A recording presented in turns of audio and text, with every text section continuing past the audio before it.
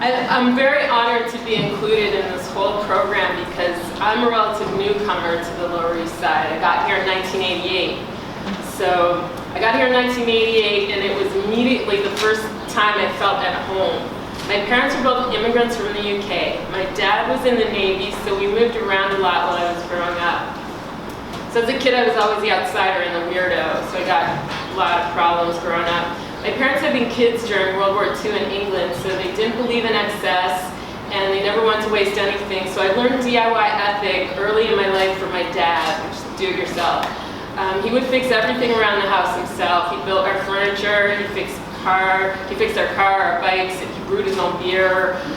He taught me how to use power tools when I was a kid. So after I left home, I kept moving around, and I lived mostly in illegal warehouses and art spaces in various states of disrepair on the West Coast, on the East Coast.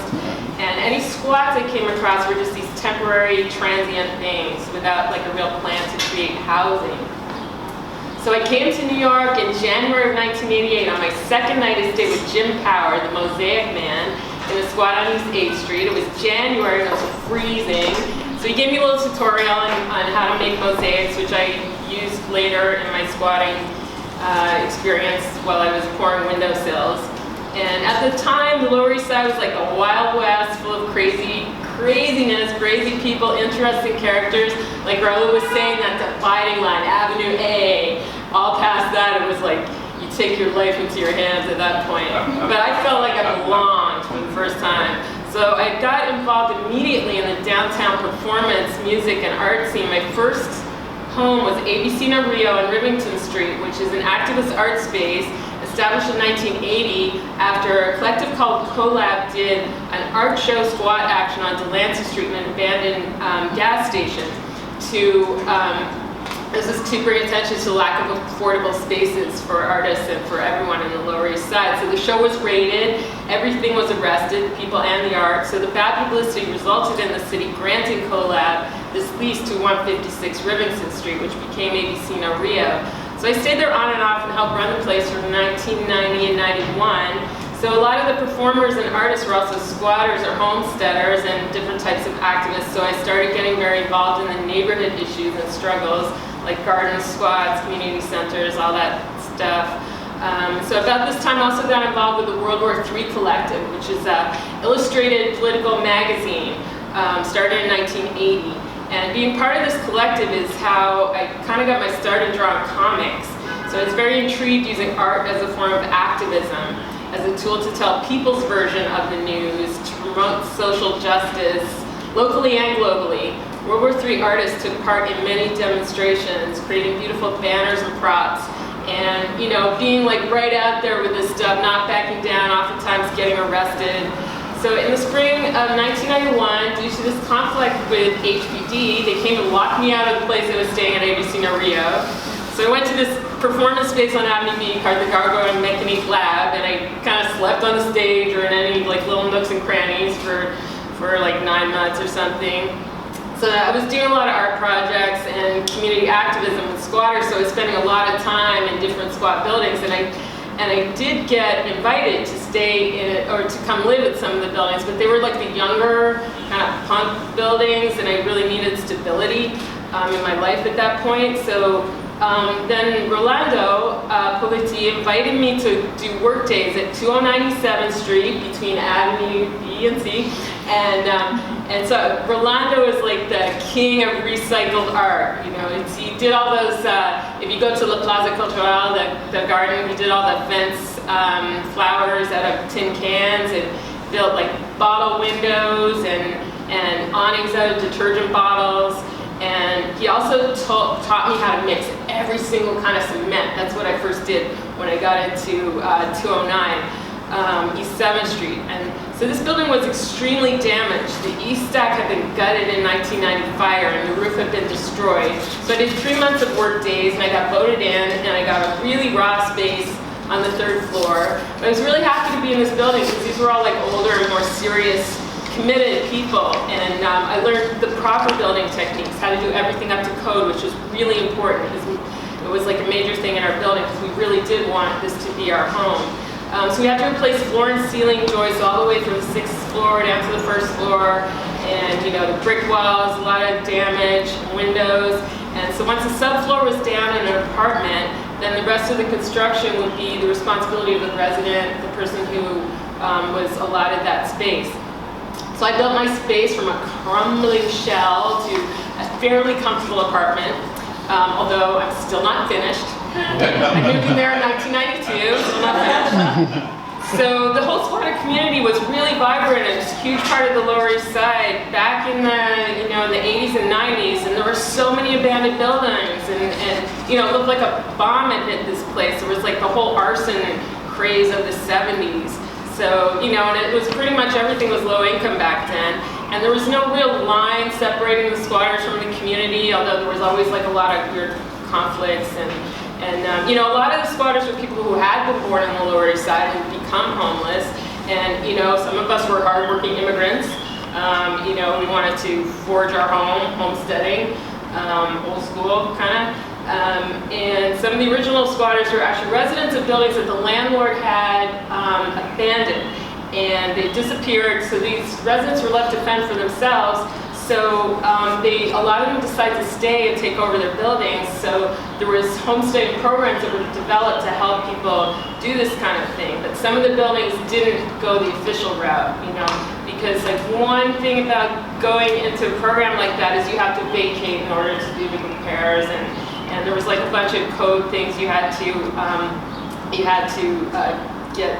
Your building had to be passed. So sometimes it was too much trouble. So people they weren't able to do it. So some people just remained in them as squats.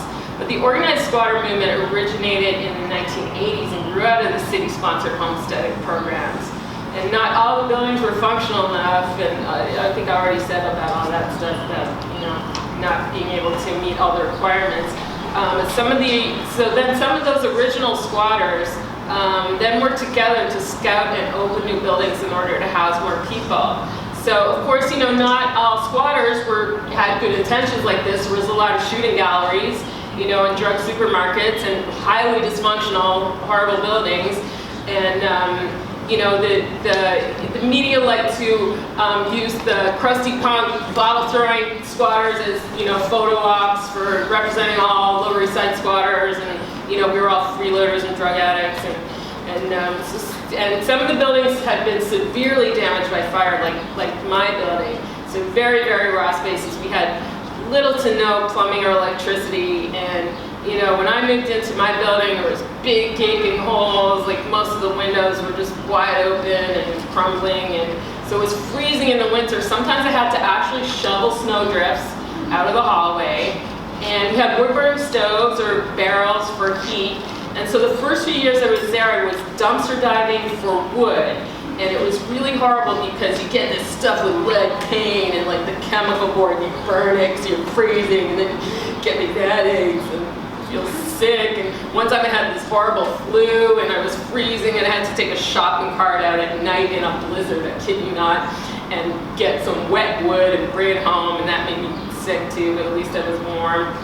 And at the time I was living in this little rat hole in the back of the building on the 1st floor, which is literally had to fight rats the size of cats who were trying to take over my space. So by the time I moved into my space on the 3rd floor, we'd gotten organized to actually get cords of wood delivered, so we had like nice wood to burn. But one time it was so cold, so we had no plumbing, you got a piss bucket, so one time it was so cold, my piss bucket froze solid, and I knocked it over by mistake, and I was panicking, and then it was like, oh, it's frozen solid. Yeah. We didn't always have electricity, but we would hook up to the manhole most of the time, so we'd have enough to run space heaters a little bit, but for stretches of time we had to hook up to the lamppost, and then we couldn't run space heaters because literally we would melt the lamppost if we tried to suck too much juice. So once I got the floor down in my space, I was so happy because it meant I could get so much more work done because I didn't have to balance on the joists to do work. And so I was working a full-time job on my space. So I worked 9 to 12 hours every single day. And it was really awesome, like feeling, you know, I'm building my house, we're working together, community, you know, and when I wasn't working, I was on my building, I'd be like touring Europe with my band, or Japan or Iceland. It was really a weird kind of back and forth thing. So the work we did, we referred to as sweat equity, because it was a full-time job, and you know, also every month we had to pay dues, which wasn't a lot, but we all paid into the building for materials, and a lot, you know, pretty much everyone also worked, you know, jobs that you would make money from too. So yeah, freeloaders was not the description that was realistic. And there were a lot of different people squatting, so many different ethnicities, backgrounds, ages, denominations, with so many different reasons for squatting. So many people, yeah, like stereotype squatters as, you know, these you know, trust fund punk kids, which was not the case at all, because they weren't part of the neighborhood, you know. So you know, it was like this one picture that got put out there, which was tiny part of the population. So, and all of the, you know, not everyone got along. There was problems, some problems with violence or drugs in some of the buildings. So every building had a different way of governing themselves and deciding the rules and what they would tolerate and what would be the process for conflict resolution. And I was lucky to get into a building where work was a priority, and there was no tolerance for violence and public drug use. And, you know, we had regular meetings, we decided everything by consensus. So we were all involved in a lot of neighborhood activism, you know, like I mentioned, gardens, community centers, art spaces,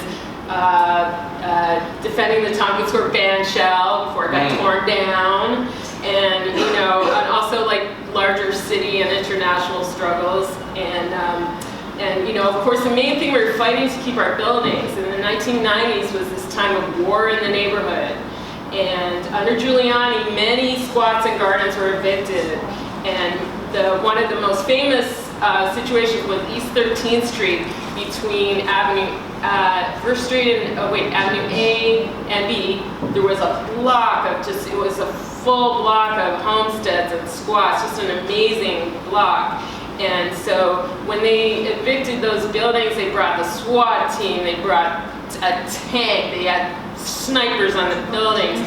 And you know, these squats were represented by Stanley Cohen. They were trying to argue adverse possession to keep their building, which is if you openly and notoriously occupy a building for over 10 years, then you get to keep the building. So they didn't win the case. So we used to have eviction watch meetings when the buildings were threatened, and we had this eviction watch list, which is like a phone tree, which was activated in the case of any surprise attacks or problems.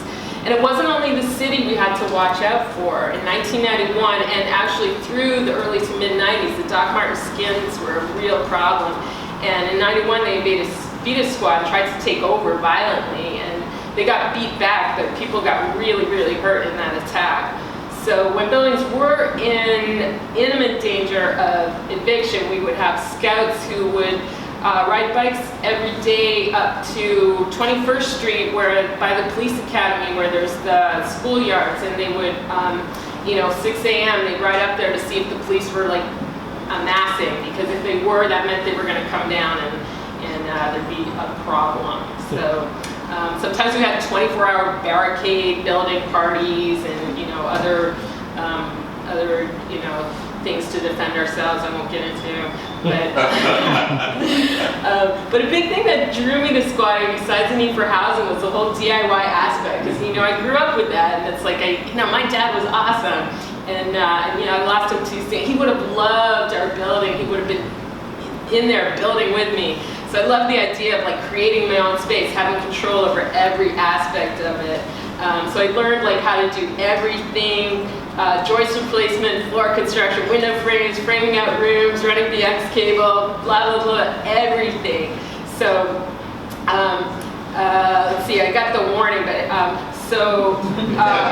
wanted to, so I'm not finished, but, you know, I wanted to mention we had these hookups with lumber yards where we could take away, they would give us like the damaged stuff, we just had to cart it away. But I'll just end with, that, you know, one place where we've got a really good wood supply of these awesome 2x10 pieces of wood was thanks to the NYPD.